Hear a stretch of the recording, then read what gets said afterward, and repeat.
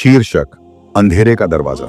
कहते हैं जंगल खामोश होता है, लेकिन कभी कभी उस खामोशी में ऐसी चीखें दब जाती हैं जिन्हें सदियों बाद भी हवा सुन नहीं पाती। पहला दृश्य। जंगल का रास्ता शाम का वक्त था। सूरज आसमान से ढलता जा रहा था और उसकी हल्की हल्की लालिमा पेड़ों की चोटियों पर बिखरी हुई थी।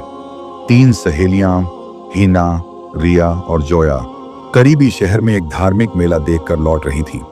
उन्होंने शॉर्टकट लिया जो घने जंगल के अंदर से होकर निकलता था। रिया ने इधर उधर देखते हुए कहा, क्या तुम लोगों को यकीन है कि यह रास्ता सही है? कुछ भी पहचाना नहीं जा रहा। जोया ने हंसते हुए कहा, अरे जंगल में थोड़ा घूमना ही तो है, अभी निकल जाएंगे। लेकिन जैसे जैसे वक्त बीतता गया, अंधेरा गहराता गया।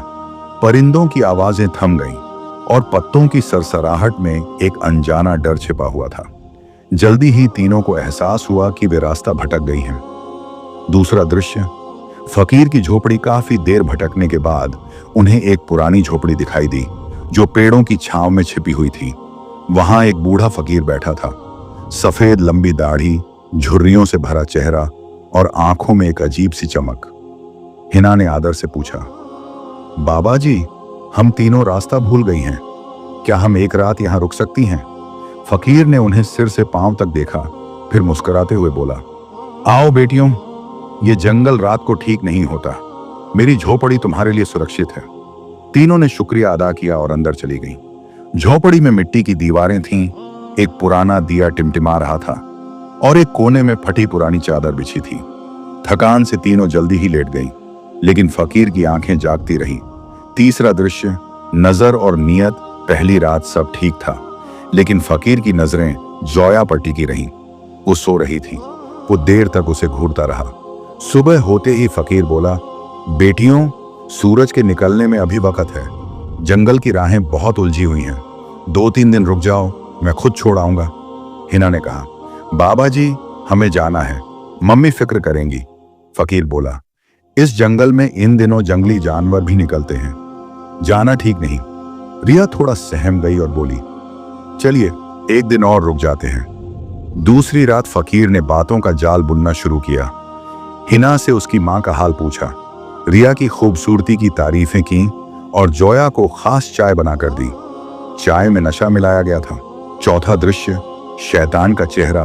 रात के आखिरी पहर में जोया बेहोशी की हालत में थी जब फकीर धीरे धीरे उसके पास आया।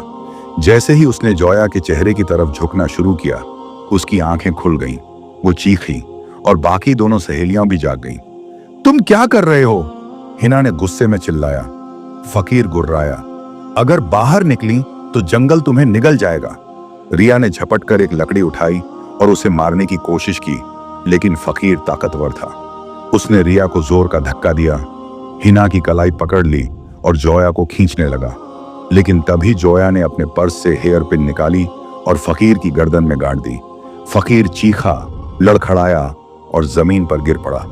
पांचवां दृश्य। मुक्ति। तीनों लड़कियां झोपड़ी से भागी।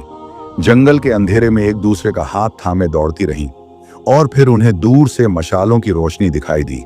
वे स्थानीय लकड़हारे थे। लड़कियों ने पूरी कहानी सुनाई। गांव के लोग लाठियां और कुल्हाड़ियां लेकर जंगल में पहुंचे, लेकिन फकीर की झोपड़ी बस राख बन चुकी थी। उसकी लाश नहीं मिली। कहा जाता है वो मरा नहीं, उसकी आत्मा आज भी जंगल के अंधेरे में घूमती है, आंखों में वही शैतानी चमक ली। अंतिम पंक्ति। हर सफेद कपड़े पहनने वाला संत नहीं होता और हर अकेलापन सुकून नहीं देता।